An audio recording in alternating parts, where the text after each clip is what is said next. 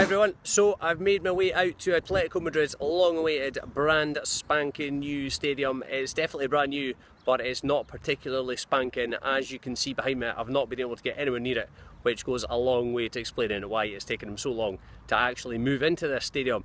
Now, it was built on the site of the old La Pineta, which was originally built between 1990 and 1993 and opened a year later ahead of the World Athletics Championship in 1997, which of course were not actually held in Madrid. They were held in Athens. Awkward? Yes, just a little bit. It's basically a single oval shaped tier with a capacity of 20,000. It was called La Pineta because pineta is the Spanish word for comb, and it was shaped like a comb. So instead of hosting the World Athletics Championship, it instead played host to several minor sports events, but there was actually one high profile football game which took place here in August 1996. Can you guess which team was involved?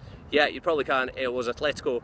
They played in the Spanish Super Cup second leg against Barcelona, winning 3-1 but losing 6-5 on aggregate. You can actually find highlights of that game on YouTube, where you will see, amongst other things, Diego Simeone kicking lumps out of Luis Enrique and Pep Guardiola. So La Pineta was shut in 2004 and plans were put in place to remodel the stadium as Madrid bid for the Olympic Games. Now you're probably thinking to yourself, what are you talking about? Madrid's never hosted the Olympic Games, and you're absolutely correct that there were 3 bids in 2012, 2016 and 2020 which all failed.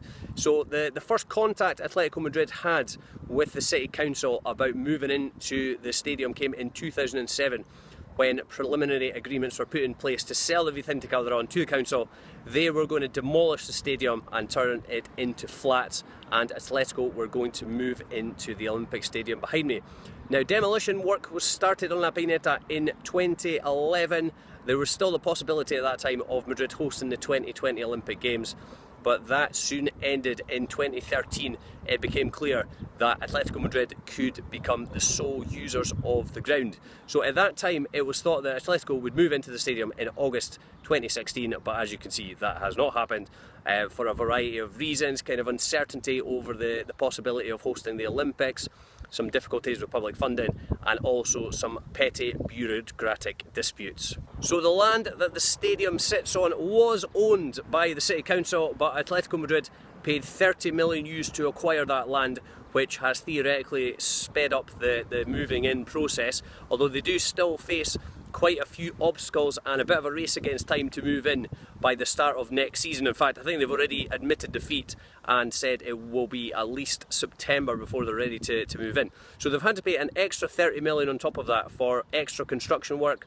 They're creating 4,000 parking spaces next to the stadium, and they will have to install some access routes from the M40 motorway before fans are actually able to get to the stadium. This is one of the problems I've had. I came out the metro exit and basically miles away from the stadium, as you can probably tell. So the council are supposedly encouraging people to use public transport to access the stadium.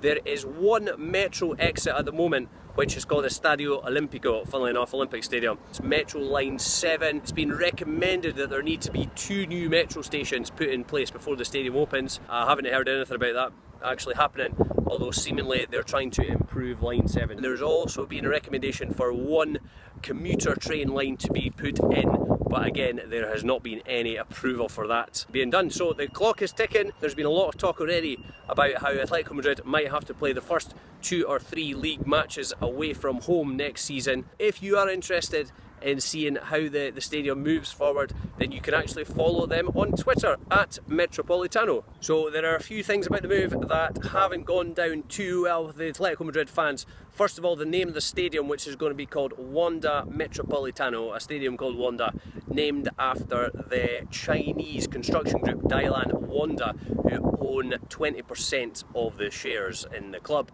They also sponsor the training ground.